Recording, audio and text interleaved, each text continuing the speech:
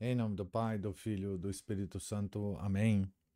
Ave Maria, cheia de graça, o Senhor é convosco. Bendita sois vós entre as mulheres, e bendito é o fruto do vosso ventre, Jesus. Santa Maria, Mãe de Deus, rogai por nós, pecadores, agora e na hora de nossa morte. Amém. São José, rogai por nós. São Felipe Neri, rogai por nós. Santa Rita de Cássia, rogai por nós. São Paulo da Cruz, rogai por nós. Nossa Senhora de Fátima, rogai por nós. Em nome do Pai, do Filho e do Espírito Santo. Amém. Bom dia a todos. Nós estamos aqui na página 160 da biografia de São Paulo da Cruz, escrita por Padre Luiz Teresa de Jesus Agonizante. Estamos aqui no capítulo que narra a vida do santo de 1727, entre 1727 e 1728. Ontem nós terminamos a leitura com a ordenação, né, de São Paulo da Cruz, como padre, pelo Papa Bento XIII. Né, e que nós continuaremos a ler o capítulo. O Santo Altar. O nosso santo é, pois, sacerdote. Vai tomar nas mãos o sangue do Cordeiro Divino e oferecer a vítima imaculada. Tudo eram transportes de alegria e êxtases de amor. Nesse primeiro sacrifício oferecido por mãos tão puras, visitou Deus a seu eleito com assinalados favores. Muitos anos decorridos, ao recordar-se daquele momento feliz, derramava dulcíssimas lágrimas. Ele está se referindo aqui a cartas, né? E ao processo de canonização. Ignoramos quais fossem esses favores, mas conhecemos uma visão admirável numa festa da Santíssima Trindade, e todas as circunstâncias se unem a essa primeira hora de iniciação sacerdotal. Vejamo-lo. Paulo rendia fervorosas ações de graças da Santa Missa, quando, arrebatado em êxtase, ouviu os anjos cantarem. Ao céu, ao céu. Raios de luz celeste desvelaram-lhe as belezas da eterna Jerusalém. A transbordar de alegria, contemplou os coros dos santos, a hierarquia dos anjos e a rainha do paraíso, sobrepujando a todos os bem-aventurados pelo resplendor da glória, e viu, abre aspas, oh, que visão, fecha aspas, exclamaria mais tarde, referindo-se àquelas maravilhas. Ante seus olhares estava a humanidade do Verbo, manancial da glória, cujos fulgores enchem o paraíso. Contemplou, ademais, em meio a um oceano de luz e através de luminosos véus, a Trindade augusta. Penetrou, ao mesmo tempo, profundamente, no conhecimento das infinitas perfeições divinas, a ponto de exclamar,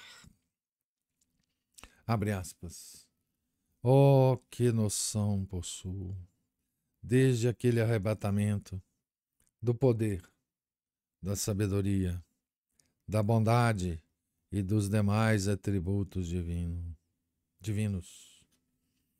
A altura incomensurável. Impossível é descrever o que vi, pois não há expressões adequadas. Fecha aspas. Aqui nós temos um outro Paulo, né? Sendo um pouco mais específico que Paulo de Tarso, né? Em relação ao terceiro céu, né? Que Paulo também registra em suas cartas, acho que aos Gálatas, não estou bem certo, mas aqui São Paulo da Cruz, mais específico, porém, não descreve porque é impossível descrever, né, essa experiência, né? Mas aqui pelo menos nós temos mais detalhes, né, a respeito desse êxtase, né? Mas o Divino Espírito Santo mostrou-lhe o fulgurante trono que lhe estava preparado desde o princípio do mundo. A visão durou cerca de 1h30. 1h30 no paraíso, né? Foi a experiência que Deus deu a São Paulo da Cruz. 1h30 no paraíso. Imaginemos com que fé e amor subiria Paulo ao altar. Apesar de absorto nos augustos mistérios, cumpria escrupulosamente as cerimônias, nada julgando irrelevante nas coisas de Deus. Inflamava-se-lhe paulatinamente o rosto e lágrimas copiosas umedeciam os paramentos sagrados. Com o tempo, diminuíram as lágrimas, particularmente nas aridezes e desolações espirituais. Porém, jamais deixou de chorar depois da consagração. Qual a fonte misteriosa e inesgotável dessas lágrimas? Ouçamo-lo em palestra com seus filhos. Abre aspas. Acompanhai a Jesus em sua paixão e morte, porque a missa é a renovação do sacrifício da cruz. Antes de celebrardes, revesti-vos dos sofrimentos de Jesus crucificado e levai ao altar as necessidades de todo o mundo.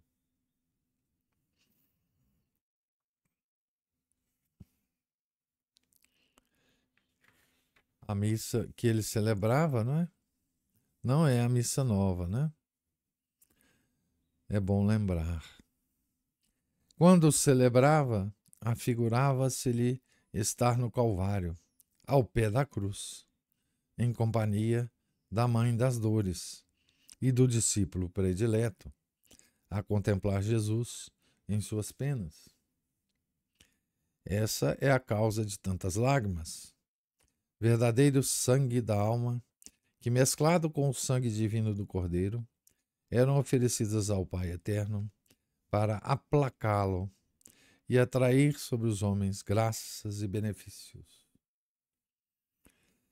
Revestir-se de Jesus crucificado antes do santo sacrifício, Paulo o fazia diariamente, pois não subia ao altar sem macerar-se com disciplina, finalizada em agudas pontas, enquanto meditava a dolorosa paixão do Senhor, unindo-se espiritualmente e corporalmente aos tormentos de seu Deus.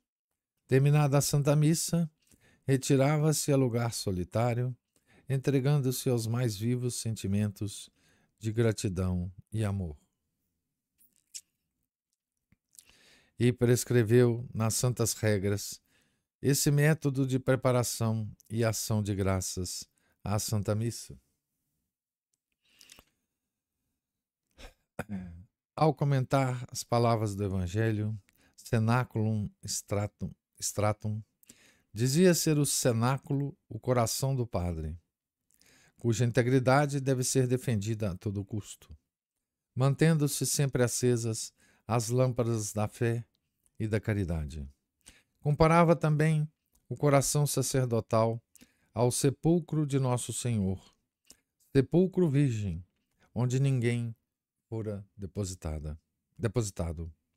E acrescentava, abre aspas, o coração do sacerdote deve ser puro e animado de viva fé, de grande esperança, de ardentíssima caridade e veemente desejo da glória de Deus e da salvação das pessoas. Fecha aspas. Zeloso pela rigorosa observância das rubricas, corrigia as menores faltas. Velava outro sim pelo asseio dos adornos sagrados. Abre aspas, tudo o que serve ao santo sacrifício deve ser limpo, sem a menor mancha.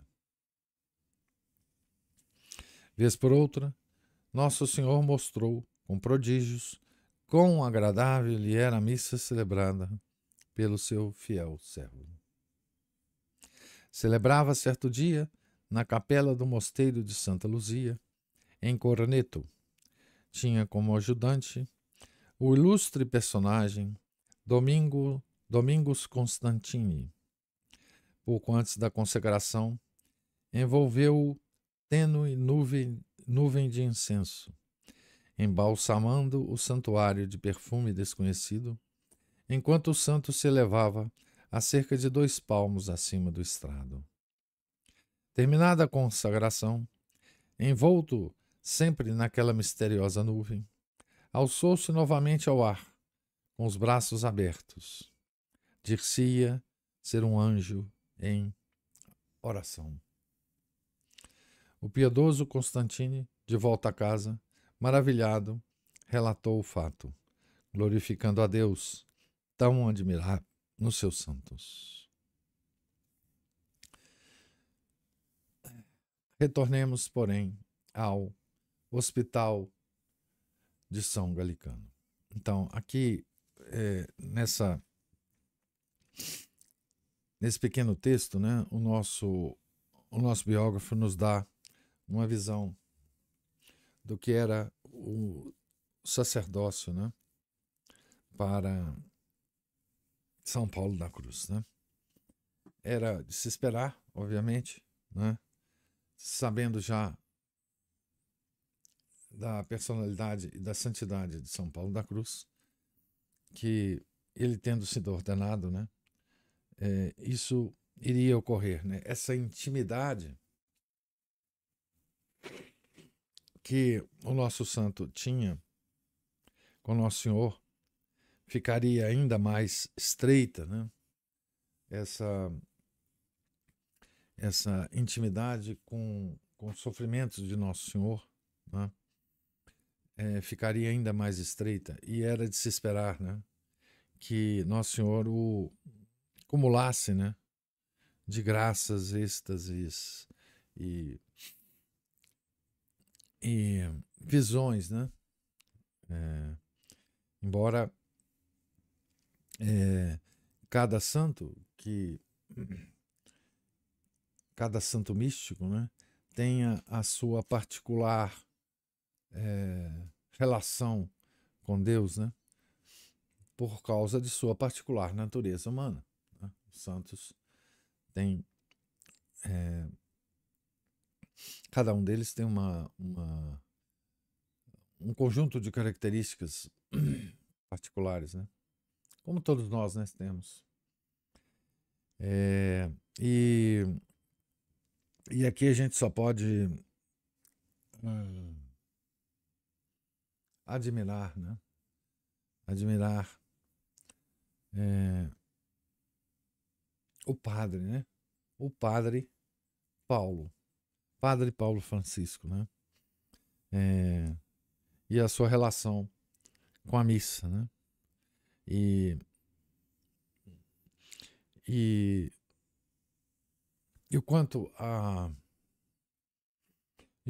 esse tipo de conhecimento, né, nos prepara ainda mais, né, para nós assistirmos à missa, né, como pobres, fiéis, miseráveis pecadores, né? Sabendo que a igreja já teve padres, né, dessa estirpe, né? E o quanto que deve ser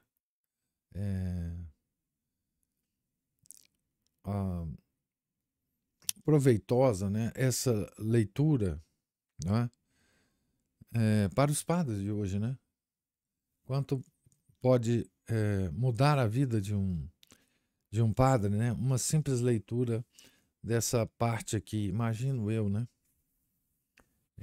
O quanto que um padre piedoso, né? Pode lucrar com com esse conhecimento, né? Sobre São Paulo, né? Da Cruz e obviamente outros grandes santos, né? Também tiveram essas experiências ao celebrarem as missas, né? Suas missas, né? Nós sabemos de muitos outros, né? O nosso patrono, né? São Felipe Neri, né? Também aconteciam maravilhas quando ele celebrava a missa, né? Isso mostra o quanto que a missa é querida por Deus, né? O quanto que o satisfaz, né? A missa bem celebrada, né? E aqui, de novo, é só uma observação. Essa missa é a missa única que existe na igreja, né? Não é essas novidades aí que a gente conhece hoje, né? A única missa da igreja foi a missa que São Paulo celebrava, que São Felipe Neri celebrava, que Santo Afonso Maria de Ligório celebrava, que São Francisco de Sales celebrava, enfim. É a única missa possível, né? Que agrada a Deus, né? Que o consola, né? Que o faz justiça, né? Que o agrada, que a única forma elevada aqui na Terra, a forma mais elevada aqui na Terra de adoração a Deus, né? É a missa, né? E é essa missa que a igreja toma como obrigatória para todos os católicos, né? Assistirem, pelo menos aos domingos, né? Então, retornemos, porém, ao Hospital de São Galicano. Então, aqui nós vamos ver uma visita inesperada, que é o título do item, né? Os neo-sacerdotes, animados de novo espírito, desenvolviam maior atividade. Neo-sacerdotes é ele e o irmão, né? Desenvolvia maior atividade em prol dos queridos enfermos, sem interromper os estudos da teologia e das Sagradas Escrituras, sob o magistério do vigário de São Bartolomeu. Não lhes parecia suficiente o apostolado do exemplo. Era necessária ciência, à luz do intelecto, triunfadora do erro. Deveriam ser na casa de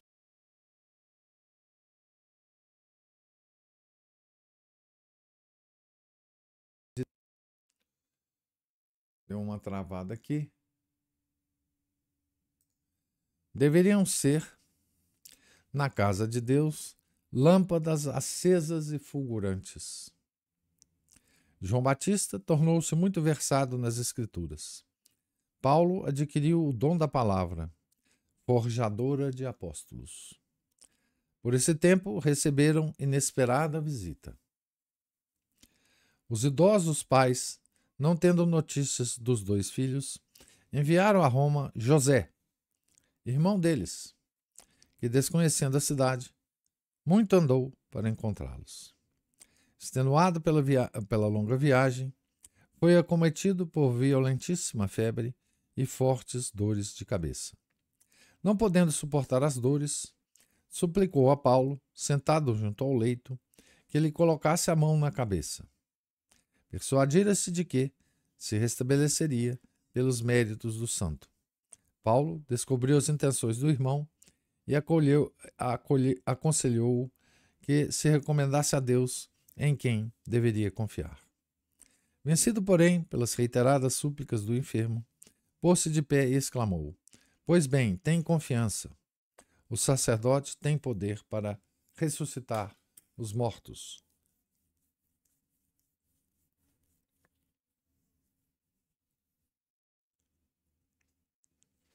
Então foi isso que o padre Paulo Francisco fez, né? E colocando a mão direita na fronte de José, proferiu as palavras do Evangelho. Super egros manos imponent et benet abebunte. Imporão as mãos sobre os enfermos e esses serão curados. Marcos 16, 18. O irmão, então, adormeceu. Ao despertar, 2 horas depois, já não sentia dor nenhuma. De volta a Castellazzo, inebriou de contentamento o coração dos pais, narrando maravilhas a respeito dos irmãos.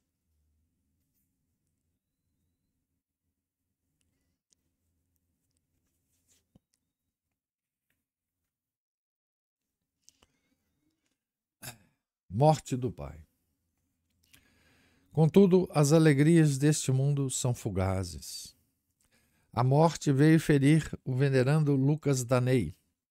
Alguém, ao passar-lhe ao lado, inadvertidamente esbarrou nele com violência, lançando-o ao chão. A queda foi mortal. O primeiro pensamento do moribundo foi recomendar à família que não guardasse ressentimento contra o involuntário autor de sua morte. Abandonando-se totalmente ao divino beneplácito, recebeu os últimos sacramentos e abençoou a desolada família.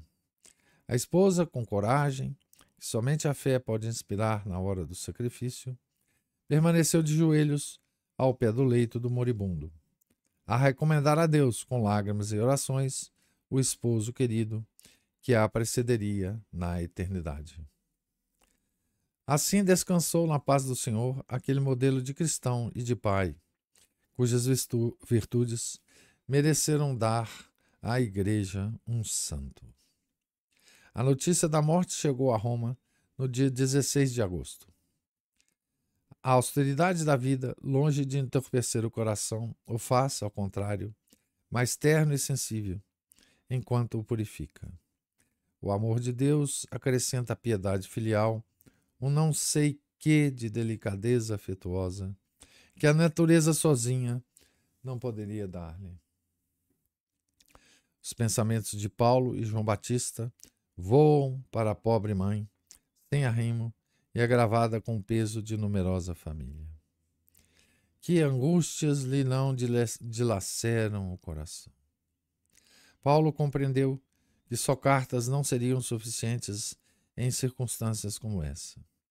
Se pudesse, voaria para junto da desolada mãe.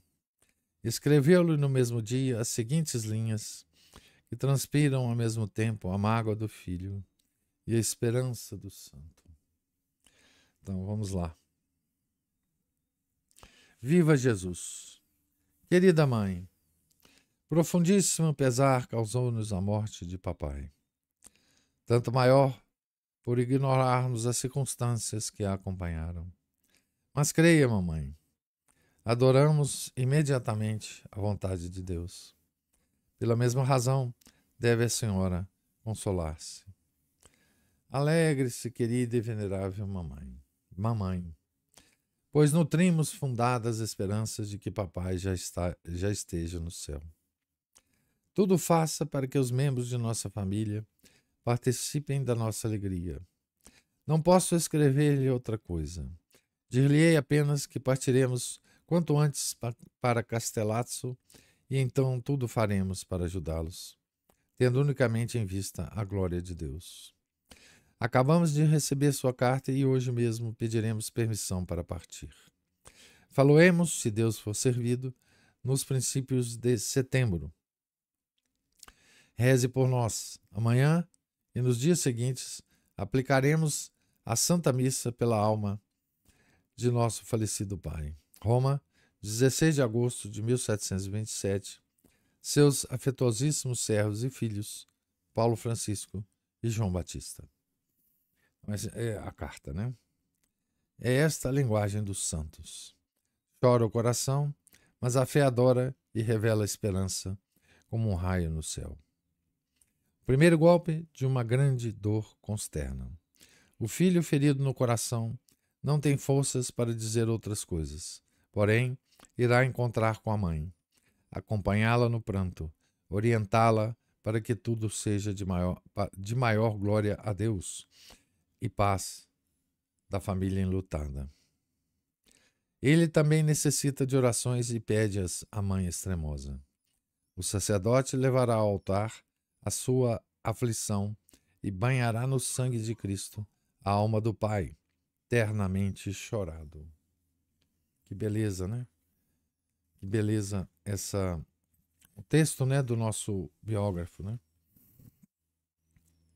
Última visita a Castellazzo. Com a autorização do cardeal Corradini, põe-se a caminho. Chegados a Castellazzo, após 2 meses de penosa viagem, caem doentes. Paulo ficou 2 meses sem celebrar. Foi, contudo, de grande consolação para a pobre mãe a presença dos amados filhos. Aconselharam-na a respeito dos negócios domésticos, encorajaram-na, avivando-lhe os sentimentos cristãos, fonte inexaurível de secretas doçuras nas contrariedades da vida. Antes de retornarem a Roma, em dezembro, aconselharam novamente aos irmãos, exortando-os a perseverarem na prática do bem e na fidelidade ao divino amor. Acompanhados pelas lágrimas de todos e pela bênção da Santa Mãe, dirigiram-se a Gênova, a fim de embarcar para Roma. Foi essa a sua última visita à terra natal. Jamais, porém, se descuidou o nosso santo dos parentes. Como seu amor não se baseava na carne nem no sangue, tinha unicamente em mira a santificação dos entes queridos no humilde estado em que os colocara a providência. Anos depois, a bondosa mãe, cuja rara piedade já nos é conhecida, passava também ao eterno repouso. Aqui nos informa uma nota dizendo: Ana Maria Massari morreu em meados de setembro de 1746. A família Danei, que não conseguira melhorar suas finanças, passava por vezes alguma necessidade. Paulo, pela dupla influência que lhe davam o título de fundador de uma congregação religiosa e as múltiplas e ótimas relações de amizade que possuía, poderia sobremaneira auxiliá-la. Nunca o fez, porém. Seus parentes deviam seguir a Jesus pobre pelo caminho seguro do Calvário. Exortava-os a sofrer as privações da pobreza, qual mãe que encoraja o filho a suportar passageira dor, mas portadora da saúde e da vida. Escrevia-lhes. Palavras do Padre Paulo Francisco. Crede-me, irmãos muito amados, vós sois os mais felizes do mundo. Pobres nesta vida, tereis, porém, se fordes ricos de fé, os tesouros da eternidade. Sabeis por que Deus vos submete a tanta indigência e trabalhos? É que deseja tornar-vos ricos para o céu. Por esse meio, assegura-vos a eterna salvação. Breve é o penar, pois não dura mais que um momento. Eterna, todavia, será a felicidade. Dizei-me, que desejaríeis, se nesse momento tivesseis de morrer? Terdes vivido em meias riquezas, causa ordinária de graves pecados, e seres lançados nas chamas do inferno, ou, ao invés, terdes passado a existência na pobreza, conviveis e voardes para o céu. Ânimo, pois ânimo, não duvideis, Deus não vos abandonará, sempre tereis o necessário. Essa é a carta que ele escreveu aos familiares, né? É essa maneira de amar os parentes em Nosso Senhor, ajudá-los a santificar-se no próprio estado de vida, né? O servo de Deus não descuidava de suas irmãs, temendo os perigos do mundo. A mãe já não estava entre elas, mas o nosso apóstolo lhes recordava frequentemente as suas virtudes, propondo-as como modelo, virtudes da mãe, né? Recomendava-lhes a oração, o retiro, a modéstia, a vigilância sobre o coração, companheiro inseparável das práticas religiosas, por ser a mais sólida muralha de proteção à Virgem cristã. Ao irmão José escrevia, vamos ver a carta do padre Paulo Francisco, né, ao seu irmão. Meu querido José, recomendo-te diligentemente vigilância sobre as nossas boas irmãs. Reflete que elas, mais do que qualquer outras, estão obrigadas a dar bom exemplo e a santificar-se, seguindo as instruções que lhes dei de viva voz e por escrito. Vivam retiradas, trabalhem, entreguem-se à oração e à frequência dos sacramentos. Sobretudo, não admitam visitas de estranhos, seja quem for. Devemos julgar bem de todos, não há dúvida, mas não se deve confiar demasiadamente em ninguém. Nosso Senhor, a Santíssima Virgem, os anjos e os santos devem ser os únicos confidentes da alma. Deves fugir dos homens, dizia o anjo a Santo Arsênio. Nutro firme esperança de que as nossas irmãs hão de santificar-se e sirvam de exemplo para todas as jovens de Castellazzo. Conheço algumas pobres pessoas que, vivendo no mundo, fazem grandes coisas por Deus. Embora sofredoras e pobres, jamais deixarão a oração. Oh, como são ditosos os que conhecem a verdade e fogem da mentira, tão espalhada pelo mundo. Então essa é a carta que Padre Paulo Francisco escreve ao irmão, né, a respeito das irmãs, né? Com advertências e orações, Paulo soube conservar, na nobre família dos Danei, as antigas tradições de fé e piedade.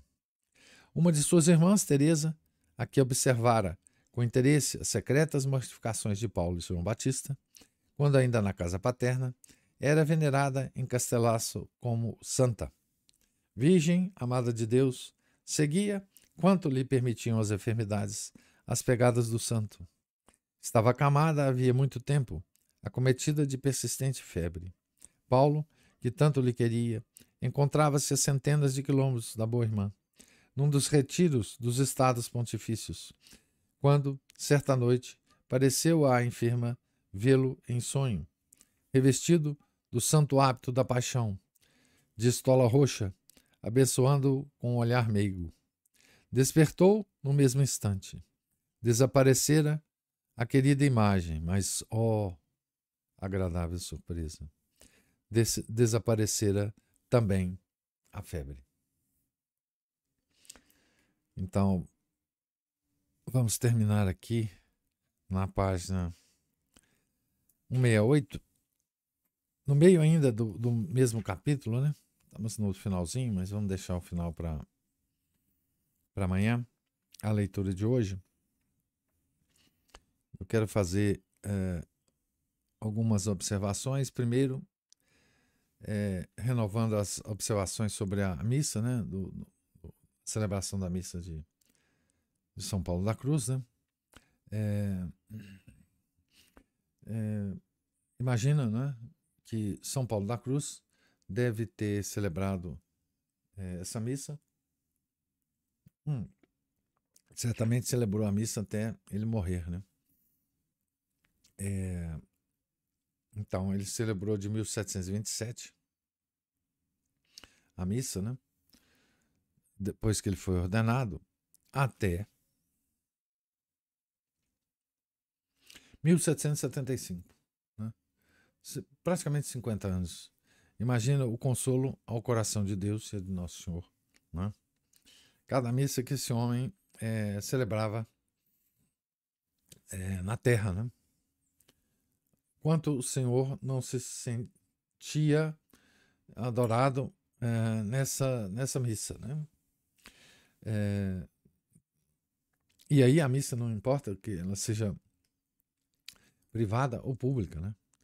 Importa é o celebrante, né? E nós só podemos admirar, né, a santidade e a relação desse homem com Deus, né? Com a Trindade Santa, né? E a segunda coisa é essa relação de Paulo com a família, né? E principalmente a preocupação com as irmãs, né? Porque nós, aqui nesse momento da vida de São Paulo, né? Nós já estamos vivendo, né, aquele século, né?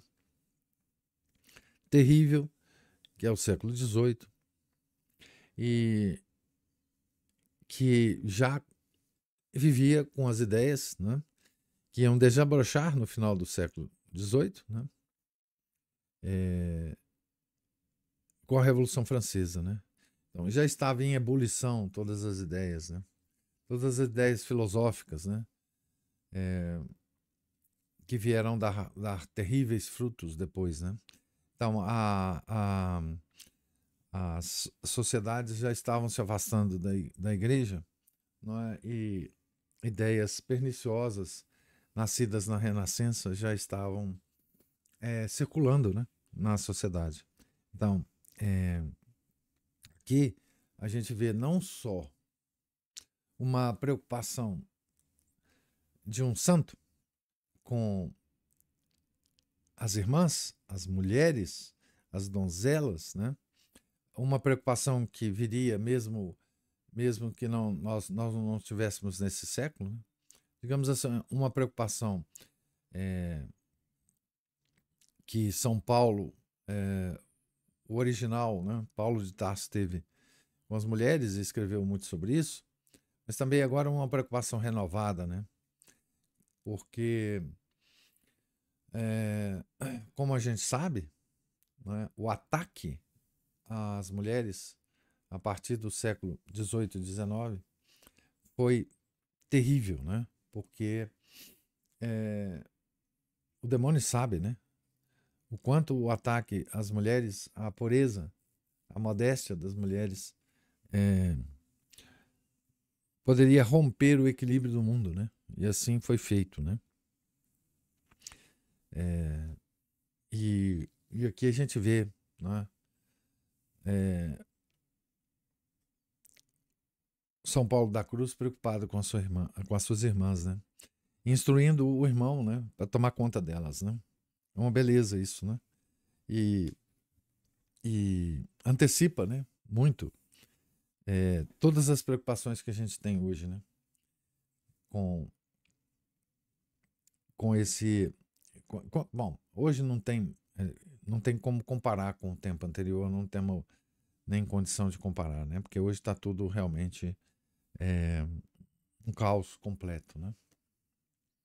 Pois bem, gostaria de perguntar se há alguma observação ou comentário a fazer da leitura de hoje.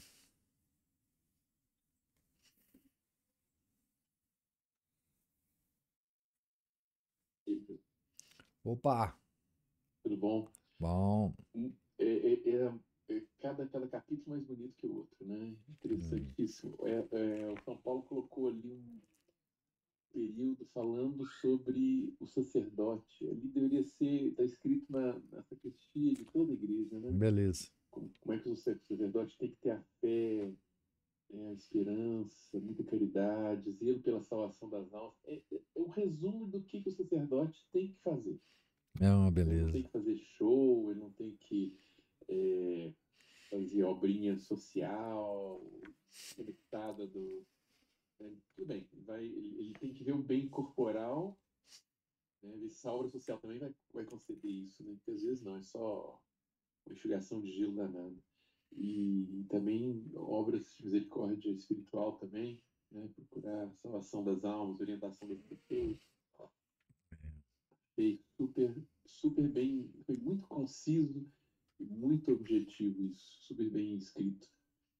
E também, como o senhor falou, né, uma preocupação com a família, com as irmãs, com as mulheres. Hoje, assim, a juventude no geral já tem tempo que fica como se diz antigamente, né? Criado igual boi do pasto, né? Solto. Tem orientação, não tem educação, não tem nenhum exercício de virtudes, nada, nada, nada, nada. E muitas vezes ainda atiram esses jovens, né, nas ocasiões de pecado, em situações perigosas, sem qualquer preparo, né? É.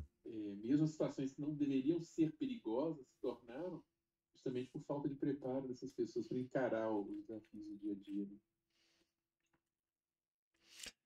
E E principalmente as moças, né, Márcio? uhum, Porque as moças têm que ser preparadas de forma diferente. Porque o sim, ataque a elas é muito diferente, né? é. Cada qual tem sua. É, os inimigos usam estratégias diferentes, né? O que É, pega num não vai pegar no outro, e é, vice-versa, né? Então tem é. que. E, e elas ficam muito expostas a esses perigos e embarcam mesmo. E É, por causa da tem natureza que ter. feminina também, né? Tem É, características diferentes. Então, exatamente. Cai pela vaidade, da é. vaidade, aí vem as outras seduções e pronto. E a gente nem Aí pode depois. falar que elas são diferentes, né? Isso é politicamente Ah, incorreto, né? não. Pode Pois falar que a é. natureza feminina é diferente. Pois é, mas falar que você pode, de repente, mudar sua natureza, bel prazer, simplesmente com uma Aí frase de pode. afirmação, aí pode, Aí pode, pode. pode, Aí pode. né? Então, o problema é esse, e a gente não tem como tratar desiguais de maneira igual. Ah. Isso é uma coisa, a princípio, injusta, inclusive, né? Porque a A gente tem que justiça, tratar os iguais exatamente, a como justiça é isso, é iguais. isso. A justiça Se é. eles não, né? Se eles não são iguais, não dá para cuidar, tratar dessas pessoas de modo igual. Não Ah, tem como, inclusive as reações são diferentes, ah, ainda que a pessoa tente forçar, não vai dar certo. Né? não dá. E se eu ver uma mulher virtuosa, né, é uma maravilha que é. E aí te vê essas coisas doidas que a gente vê por aí, e emissário do diabo, que é uma coisa dessa também, né? E todas essas coisas, todas essas pessoas foram criadas por mulheres, né? Todas essas É, pessoas malucas hoje em dia nasceram pelo menos de uma mulher, né? bom, nasceram da mulher pela, pela estrutura familiar, pelo menos a gente vê aqui no Brasil, não sei lá fora como é que tá. É, se ela praticamente ela cai naquela vaidade tola, né, de se achar a única autoridade dentro da casa, muitas vezes desautoriza o pai. Isso quando vive com ele, né? É, Quando ele não é expulso de casa pelo divórcio, expulso não só da casa física, como também da convivência dos filhos, né? A gente vê esses direitos de visitação. Às vezes o pai tem que pegar a criança no sábado de manhã, 7 horas da manhã, mas tem que entregar às 7 horas da noite. é, é. E aí E passa o dia inteiro no shopping tomando sorvete com a filha, quando passa, isso, né? interação É. muito, muito pobre, Fazendo muito tudo que a ruim, filha quer. mimando, né? É, Agravando a é, vaidade e é. a mimadice da pessoa, né? Ela cresce, se torna uma mimada exigente e tem quem aguente uma coisa dessa, né? Não. É só uma coisa fácil de perceber se você tem alguém, vamos supor, um chefe, já que ela se põe muitas vezes como chefe, ele vai te cobrar o impossível, vai criticar porque você simplesmente não conseguiu o nível, a nota 110, que nem nota 100 você precisa, satisfatória, né? Tem É, que ser 110. Se você conseguiu 90, tá ruim. 95 tá ruim. Eu quero 100, eu quero 90, eu quero 95. Atingiu a meta, dobra a meta. é, Reclamações, críticas, desautorizações, ainda a pessoa fica numa empresa, vamos dizer assim. Ela fica desmotivada a lidar com o chefe dele. é, é, E vai acabar procurando outro emprego. é, Né? Um isso lugar, mesmo. pelo menos, que ele possa ficar psicologicamente são. Porque o trabalho é trabalho, você tem que trabalhar em qualquer lugar, mas pelo menos você tem que ter condições de trabalhar com o seu psicológico funcionando, né? Para É, poder começar a não ter problemas físicos depois, né, psiquiátricos e tudo mais. E numa casa, a mesma coisa. Se você estiver constantemente sendo acossado psicologicamente, você uma hora vai desabar e junto com você vai arrastar todo o resto.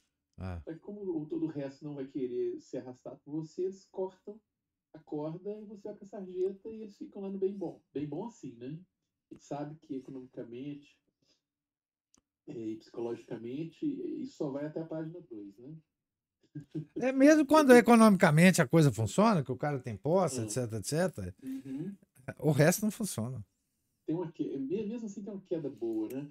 Então, assim, muitas vezes eu estava outro dia comentando aqui com a cunhada e com a esposa, o tanto de mulher separada, por exemplo, que às vezes pega a gente lá na catequese, meu filho, isso, conversa com meu filho, mais ou menos assim, tipo, terceiriza a função de pai para É, alguém que possa fazê-lo. Então, assim, isso não é muito comum. existe. É muito comum. Não sei se você já foi vítima disso. Inclusive do própria pessoa, não a mãe dela, mas a própria pessoa te tomar como pai, né? Ela te toma como figura paterna, né? É o que mais falta na sociedade hoje, é a figura paterna, né? Sem dúvida nenhuma. Assim, desculpa, professor. Realmente, a gente vê que a figura paterna falta, e falta também, até para elas, a figura masculina. Porque Também. É. muitas delas elas querem fazer de nós um substituto do marido, fazer, né, como se fosse um marido de empréstimo. Eu tenho a expressão nojenta de marido de aluguel, tem marido de empréstimo. É, Tipo, me ajude aqui, me ajude ali, né? Conversa com meu filho para mim, não é, sei o quê, convence meu filho. Assim, peraí, é, eu não sou seu marido, eu não sou pai do seu filho. é isso mesmo. Você vai ter que conversar com o pai dele para poder fazer esse serviço. O máximo que eu posso fazer, caso ele tenha boa vontade de abertura, eu puxar o assunto, se a coisa rolar, eu falo com ele que eu tenho que falar, né? Mas, então começa por isso, né? Desautoriza o sujeito e vai excluindo da vida, se arroga, assim, usurpa uma função de cabeça da família que ela não tem, e isso dá certo enquanto as crianças têm 8, 9 anos. A partir dos 10, 11 anos, a coisa começa a dar errado. Isso não dá errado antes, né? Bom, mas tudo isso a gente vê também que é o seguinte, que ideologia é sempre uma heresia, né? E a heresia, por exemplo, do liberalismo, que ataca, por exemplo, no caso das mulheres, sob forma do feminismo, é extremamente nociva, causa problemas familiares, problemas Isso é sociais. terrível. E a gente vai vendo, vai tudo ruindo a partir de baixo, da base da sociedade. Né? E É, isso chega no âmbito social, político, inclusive, né? Muda o comportamento, a mentalidade até de uma nação. E da mesma forma que se isso for restaurado, não adianta ficar só falando mal disso, né? Se isso for restaurado, ele vai modificar toda a personalidade da nação a partir de baixo também. imediatamente. Começa a modificar totalmente. São A pessoas ordem, melhor né? estruturadas É a e ordem. colocam ordem em tudo. É, é. Exatamente. São pessoas viram pessoas mesmo íntegras, né? Não tem mais essa nutelagem, essa doideira que a gente vê hoje em dia. Vai piorar. Vai, E isso aí. Não tem na mais hora que freio, isso. não, né? Não tem mais freio. Não. Na hora que isso amassar a cara no poste, né, como diz os carros, né, das colisões, aí o pessoal vai perceber, poxa, tem alguma coisa de errado. Ele não percebeu que o freio já estava falhando lá É, em cima, na ladeira, ao invés de colocar a marcha, reduzir a marcha e jogar o carro no barranco antes de enfiar a cara no poste e cair no precipício, né? Não, ainda mais o brasileiro, que só crê mesmo na hora que a coisa chegou às últimas consequências. Aí vai parar para pensar uma solução que muitas vezes já não tem é, condições, né? é. E para quem quiser é, acompanhar a história da derrocada desses aspectos todos que você está comentando, é só ler com atenção um livro chamado Libido Dominante, do E. Michael Jones. É uma crônica de como é que isso aconteceu na humanidade, né? E como é que isso foi projetado para acontecer, né? Como você Uhum. fala, pelas heresias, pelas ideologias. Como que as pessoas viam que o ataque à família devia começar pelo ataque à mulher. E como Aham. que isso foi feito, né? Deliberadamente, né? Com Uhum. tecnologia, com procedimentos muito bem estudados e criados, né? Para isso. Isso não foi por acaso, né? Que Uhum. foi acontecendo. Porque as pessoas às vezes acham, isso é evolução natural das coisas. Isso Uhum. aconteceu por acaso. Não, não. Não tem acaso nesse caso. Não, Uhum. nenhum. Engenharia social, né? É engenharia social programada. É E, evolução. é, Na e, verdade, a gente está andando no tempo, mas os costumes estão chegando na época da Babilônia já. é.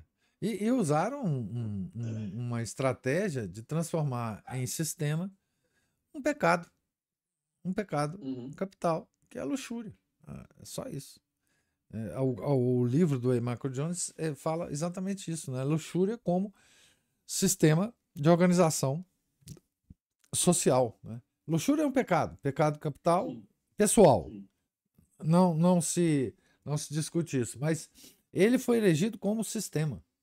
E aí Uhum. ele preside hoje, né, a, Uhum. a sociedade. Então, e é isso, né? Quando você fala de luxúria, você vê São Paulo da Cruz preocupado com a pureza, a Uhum. modéstia das irmãs, que é isso que preserva a pessoa Uhum. desse pecado. Né? Exato. E os outros, né? Porque a mulher tem isso, né? Ela se Uhum. preserva e preserva os homens, né? Sim. Vai acabando dando o tom da música, né? É, ou seja, eles vão dançar a mesma música. Alguém nesse ciclo vicioso aí precisa romper É, isso, né? é, E mais fácil você romper por parte delas ali.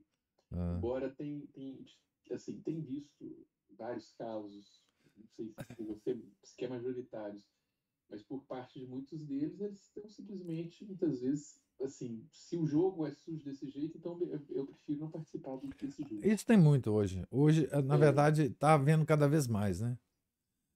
pelo menos assim, por parte deles tem, não sei por parte delas como é que tá, Hoje mas tem isso. enquanto Tem até um nome o para jogo isso, né? Como é que chama isso? é o É. Bectal, Não, cara. Esses jovens ah, que preservam ah, ah, a pureza e a virgindade. Como é que eles chamam? E tem uma sigla em inglês para esse ah, pessoal. Esqueci agora. não, eu só não sabia desse pessoal que se recusa a participar do jogo porque ele é trapaceado, né?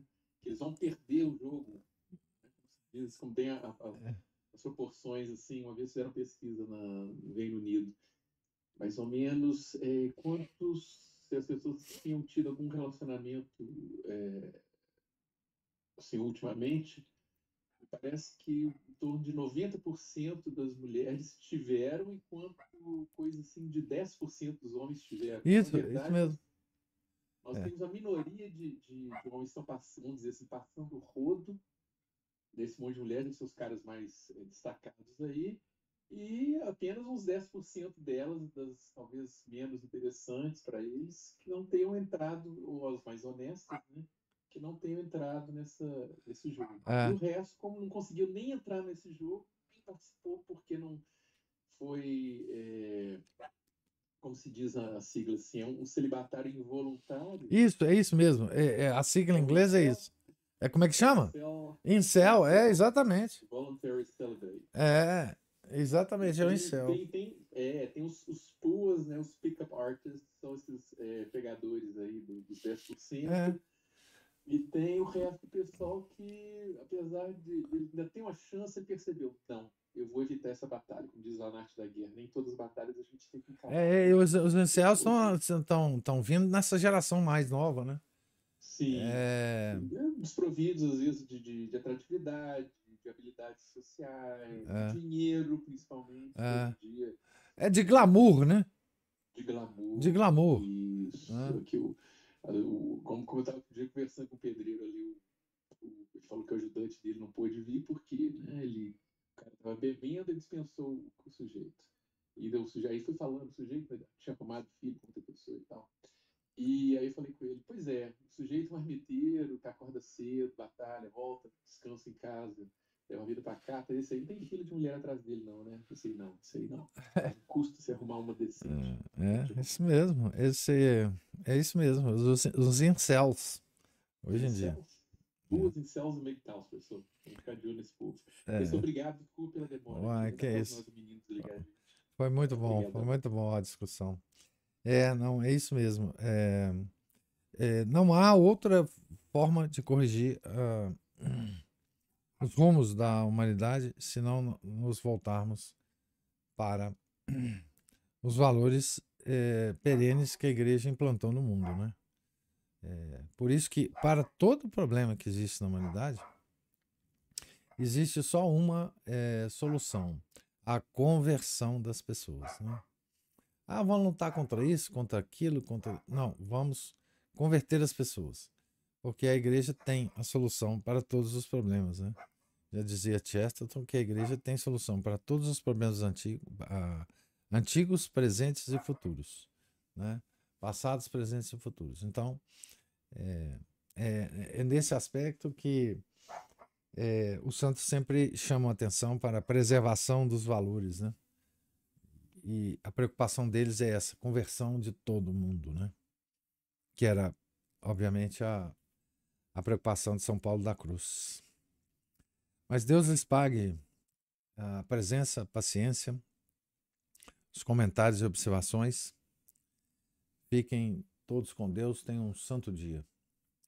Em nome do Pai, do Filho e do Espírito Santo. Amém. Ave Maria, cheia de graça, o Senhor é convosco. Bendita sois vós entre as mulheres, e bendito é o fruto do vosso ventre, Jesus. Santa Maria, Mãe de Deus, rogai por nós, pecadores, agora e na hora de nossa morte. Amém. São José, rogai por nós. São Felipe Neri, rogai por nós. Santa Rita de Cássia, rogai por nós. São Paulo da Cruz, rogai por nós. Nossa Senhora de Fátima, rogai por nós. Em nome do Pai, do Filho, do Espírito Santo. Amém.